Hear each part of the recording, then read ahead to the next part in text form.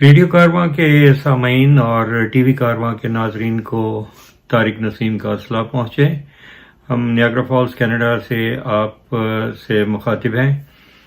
ناظرین، ہمارا آج کا موضوع ڈومیسٹک وائلنس کے بارے میں ہے۔ کبھی آپ نے یہ سوچا کہ یہ ہمارے معاشرے میں اتنی شدت کے ساتھ ڈومیسٹک وائلنس کیوں بڑھ رہی ہے؟ کیا یہ ہماری قدیم تہذیب جو چلی آ رہی ہے اور جو روایات ہیں ہماری، کیا یہ اس کا حصہ ہے، یا کچھ ہمارے ٹی وی چینلز اور ہمارا جو میوزک جو آیا کرتا تھا پنجابی میں ہوتا تھا یا دوسری زبانوں میں ہوتا تھا، کیا اس میں ابھاری گئی ایسی ڈومیسٹک وائلنس کے بارے میں جو اشاریے ہوتے تھے وہ ہمارے اس تہذیب کا حصہ بنتے چلے گئے؟ میں آپ کو مثال دیتا ہوں کہ آپ کو یاد ہوگا کہ انڈیا سے ایک گانا غالباً لیلا مجنو کے بارے میں تھا، اور اس میں ایک جو ہیروئن تھی وہ اپنے محبوب کے ان کو سنسار کیے جانے کے بارے میں عوام سے اپیل کر رہی تھی، اور یہ کہہ رہی تھی کہ کوئی پتھر سے نہ مارے میرے دیوانے کو۔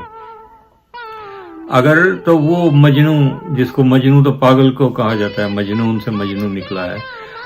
اگر تو وہ پاگل تھا،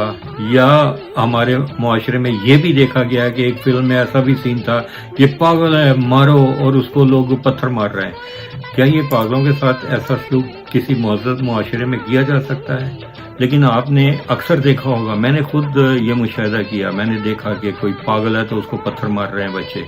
اور وہ بیچارہ آگے ننگ دھڑنگ جو ہے وہ بھاگتا چلا جا رہا تھا۔ جس شخص کو اپنا تن ڈھانپنے کی ہوش نہیں تھی،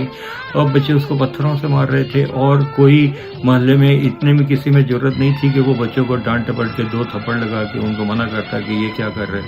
اور یہ کوئی پتھر سے نہ مارو میرے دیوانے کو۔ یہ ایک معاشرتی جو ہے وہ تشدد۔ اس کے علاوہ پھر دوسرا میں آپ کو ایک ایسا ہی دوسرا گانا بتاتا ہوں کہ پنجابی انڈین پنجابی ایک سانگ تھا، بلکہ وہ آج بھی چلتا ہے مختلف ریڈیو اسٹیشنز پر، اور وہ گانا ہے کہ ماری نہ لون پل گئی، یعنی مجھے مارنا مت۔ بیوی یہ گا رہی ہے، وہ یہ کہہ رہی ہے کہ اپنے شوہر کو کہ مجھے مارنا مت، میں کھانے میں نمک ڈالنا بھول گئی ہوں۔ کتنی عجیب بات ہے، اور کتنی بیہودہ سی یہ شاعری ہے کہ یہ ایسی شاعری کرنے والے کون لوگ ہیں؟ اب یہ تو میاں بیوی کے درمیان میں تشدد کی بات ہو گئی، یہ ڈومیسٹک وائلنس کا ایک۔ اب میں آپ کو ایک ساس اور بہو کے جھگڑے کے درمیان ایک گانا جو ہے وہ میں بتاتا ہوں کہ ان میں یہ گانا جو ہے وہ بڑے ڈانس کے ساتھ، بڑے فخر کے ساتھ جو ہے وہ اس کو شو کیا جاتا ہے، اور وہ گانا ہے کہ سس میری تے بڑی کپتی بنا گال نہ بولے، نی میں سس کٹنی صندوقاں اولے۔ اس کا میں ترجمہ کر دیتا ہوں کہ میری ساس جو ہے وہ بڑی غلط عورت ہے، وہ گالی دیے بغیر تو بات ہی نہیں کرتی، اب میں نے اس کو صندوقوں کے پیچھے چھپ کے پھینٹی لگانی ہے۔ یہ بظاہر ہلکا پھلکا سا مذاق لگتا ہے، لیکن یہ ایک عکاسی کرتا ہے اس معاشرے کا کہ جس میں مختلف جو پہلے میں نے آپ کو بتایا کہ وہ معاشرے میں پاگل کو پتھر مارنا، پھر میں نے آپ کو نمک ڈالنے پر شوہر کی طرف سے بیوی کی پٹائی کے بارے میں بتایا، اب جو یہ میں نے آپ کو گانا جو ہے وہ جس کی نشاندہی کی ہے، یہ ظاہر کرتا ہے کہ ساس اور بہو کی لڑائی اس طرح سے ہو کہ گالی گلوچ بھی ہو اور اس میں ہاتھا پائی بھی ہو۔ اس کے علاوہ ایک اور گانا میں آپ کو یاد دلانا چاہوں گا کہ جس وقت ناہید اختر نے گائیکی کی دنیا میں قدم رکھا، تو اس زمانے میں پی ٹی وی میں انہوں نے یہ پہلا گانا جو ہے وہ ریکارڈ کروایا ہے، وہ ان کی اپنی سسٹر کے ساتھ تھا۔ ان کی وہ بہن تو پتہ نہیں کہاں چلی گئیں، لیکن یہ دونوں بہنیں، اس زمانے میں ایک لباس آتا تھا جس کو مڈی کہا جاتا تھا، ایک لمبی سی کوٹی ہوتی تھی کڑھائی والی، وہ گا کر انہوں نے آغاز کیا تھا اپنی گائیکی کا۔ اور وہ گانا بھی اسی نوعیت کا تھا کہ جس میں وہ لڑکی گاتی ہوئی کہہ رہی ہے کہ پابو مینو تیری سوں ونگاں والا آ نہیں گیا۔ اس زمانے میں بنجارے گلیوں بازاروں میں پھر کے عورتوں کو چوڑیاں جو ہے وہ بیچا کرتے تھے، اور ان کی کلائی میں چڑھا بھی دیا کرتے تھے، تاکہ اگر کوئی ٹوٹ گئی تو وہ دوسری دے دیتے تھے۔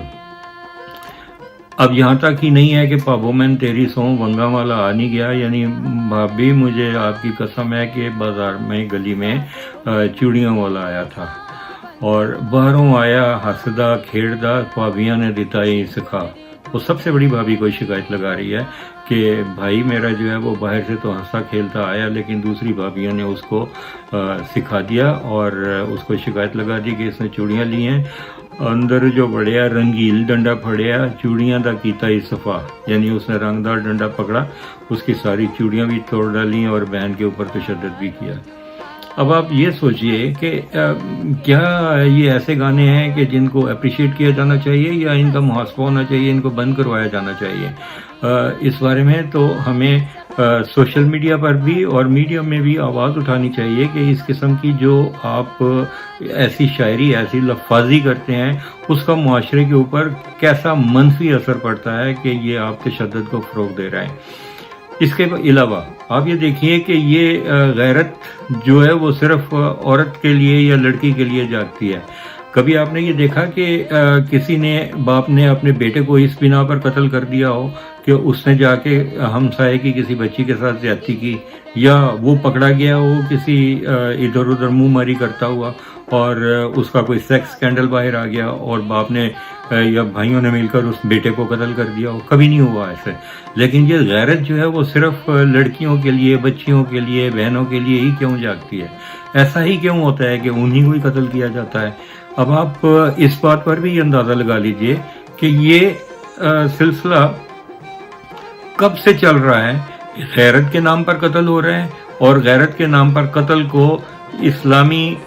مفکرین نے اور علماء کرام نے اسلامی نقطہ نظر سے ناجائز قرار دیا ہے کہ آپ غیرت کے نام پر کسی کو قتل نہیں کر سکتے، یہ قتل ہے اور قتل کرنے والا خود جو ہے وہ سزائے موت کا حقدار ہوگا۔ لیکن اس کے باوجود آپ یہ دیکھیے کہ آئے دن ایسے ہو رہا ہے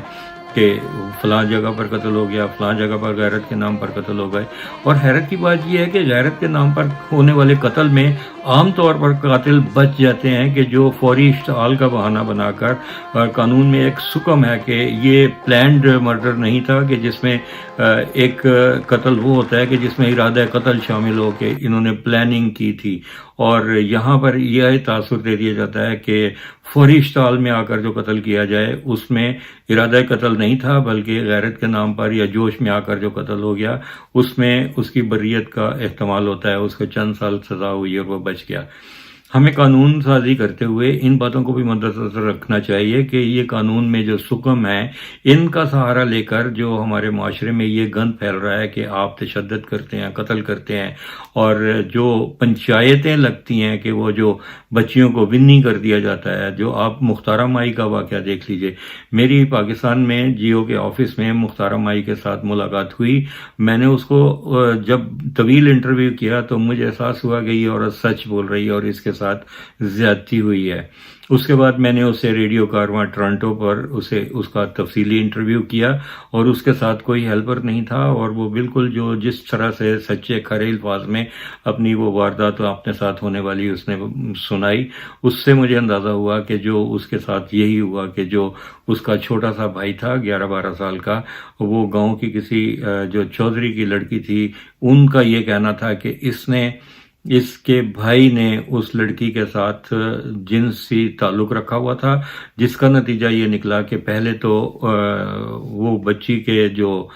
چودھری لوگ تھے انہوں نے اس بچے کو پکڑ کر سوڈومائز کیا، اور جب اس پر بھی تسلی نہ ہوئی تو گاؤں کی پنچایت بلا کر انہوں نے یہ فیصلہ کر لیا کہ اس مختارہ مائی کو، جو اس بچے کی بہن تھی بڑی، اس کو لے جا کر ریپ کیا جائے۔ تو یہ گینگ ریپ تھا اس کا۔ لیکن اب کیا کیا جائے کہ اس علاقے کے بااثر لوگ جو تھے ان کی غیرت نہیں جاگی کہ ہمارے اس علاقے کی ایک بیٹی کے ساتھ یہ ہوا، اور وہ تمام ملزمان جو تھے وہ طویل مقدمہ چلا اور بری ہو گئے۔ یہ ایک مغرب کی بات تھی کہ جس کو بارے میں یہ کہا جاتا ہے کہ یہ لوگوں نے جو ہے وہ افسانہ گھڑ لیا تھا، لیکن جس وقت وہ یہاں آئیں اور وہ امریکہ میں آئیں تو بل کلنٹن کے، ہیلری کلنٹن اور ان لوگوں نے اس کو ایوارڈ بھی دیے۔ اس کے بعد پھر اس نے ایوارڈ میں ملنے والی رقم سے وہاں کوئی اسکول وغیرہ بھی بنایا، اور اس نے سوچا کہ میں آئندہ ایسی جو بچیوں کے ساتھ زیادتی ہوگی ان کے لیے قانونی امداد فراہم کروں گی۔ یہ ایک واقعہ تھا، لیکن ہمارے ارد گرد پھیلے ہوئے اس معاشرے میں ظلم و تشدد کی کتنی ایسی وارداتیں ہوتی ہیں کہ جن کو ہم آنکھیں بند کر کے ہضم تو کر جاتے ہیں، اور یہ کبھی نہیں سوچتے کہ اس میں ظالم کو کس طرح سزا ملنی چاہیے، اس کے ظالم کو تشدد پر ابھارنے والا کون تھا، اور اس کے لیے کون ذمہ دار ہے۔ آیا ہمارا میڈیا ذمہ دار ہے، یا ہمارا سوشل میڈیا ذمہ دار ہے، یا اس کو ایک ہمارا یہ ایک کلچر بن چکا ہے ایسا کہ ہم یہ سمجھتے ہیں کہ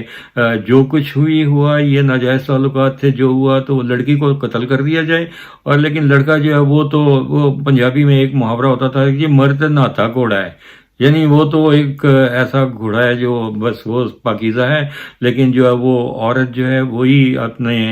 بدنامی کا داغ اپنے ماتھے پر سجائے، باقی یا عمر یا تو زندہ رہے گی یا مار دی جائے گی۔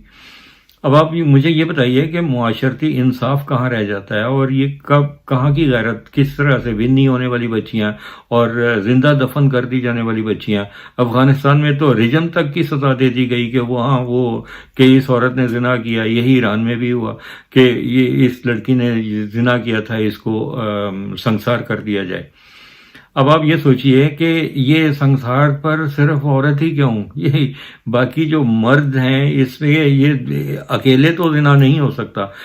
ظاہر ہے کہ وہ ایک جوڑے نے وہ سیکس کی ہے، اور اس میں مرد جو ہے وہ اس سارے واقعہ میں سے ان کا ہے، وہ کہاں غائب ہو گیا، اس کو تو ایسی کوئی سزا نہیں ملی۔ اور اگر غیرت کے نام پر قتل بھی کرتے ہیں تو ان لوگوں کو کرتے ہیں جنہوں نے والدین کی مرضی کے خلاف جا کر شادی کر لی۔ جب انہوں نے شادی کر لی ہے، انہوں نے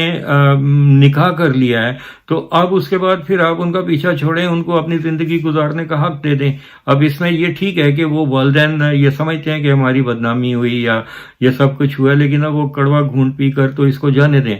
یہ ایسے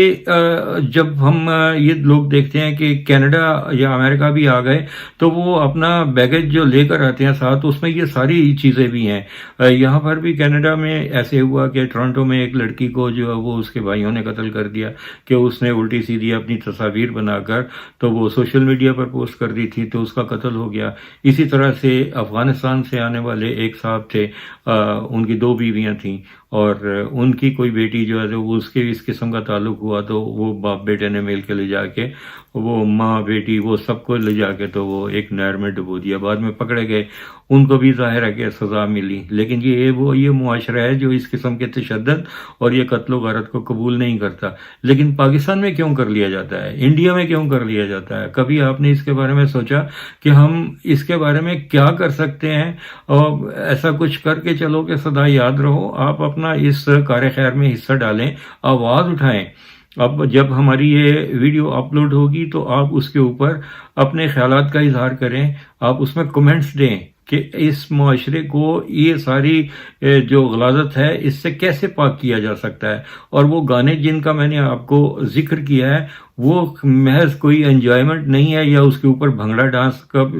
باہر جو الفاظ ہوتے ہیں وہ اثر رکھتے ہیں، ہر لفظ کا جو ہے وہ ایک اس کا ایکشن اور ری ایکشن ہوتا ہے۔ وہ جو سب کچھ ہو رہا ہے وہ معاشرے کے اوپر ایک ایسی گندی چھاپ لگ کے جاتی ہے کہ جس کا ہمیں ادراک ہونا چاہیے کہ ہم نے اس کو اپنے معاشرے کو ان تمام غلاظتوں سے کس طرح پاک کرنا ہے۔ یہ غیرت کے نام پر قتل، ونی اور یہ سنسار اور یہ سب کچھ جو ہے یہ پاکستان کو ایک اچھے معاشرے کی تشکیل دینی ہے۔ ناظرین، آج تک کے لیے اتنا ہی، اور ہم توقع کرتے ہیں کہ آپ ہماری آئندہ ویڈیو کا انتظار کریں گے جس میں ہم بچوں سے ہونے والی جنسی زیادتیاں اور ان کے ساتھ جو ان کی ویڈیو فلمیں پورنوگرافی کی جاتی تھی، ساری دنیا میں اس کو غیر قانونی سمجھا جاتا ہے، بلکہ اس کے اوپر بہت سخت سزائیں دی جاتی ہیں۔ ہم آپ کو ان واقعات کا احاطہ کریں گے کہ جس میں دیگر ممالک کی پولیس پاکستان کو انفارم کرتی رہی اور ابھی تک ہو رہا ہے ایسے۔ اس کو کوئی بھی حکومت کنٹرول نہیں کر سکی، کیونکہ اس میں بہت زیادہ بااثر شخصیات کا ہاتھ ہوتا ہے کہ جنہوں نے اس کو لاکھوں نہیں کروڑوں ڈالر کی کمائی کا ذریعہ بنایا ہوا ہے، اور کس طرح سے یہ فلمیں ڈارک ویب پر فروخت ہوتی ہیں۔ تو انتظار فرمائیے گا۔ طارق نسیم کو اجازت دیجیے۔ پاکستان زندہ باد۔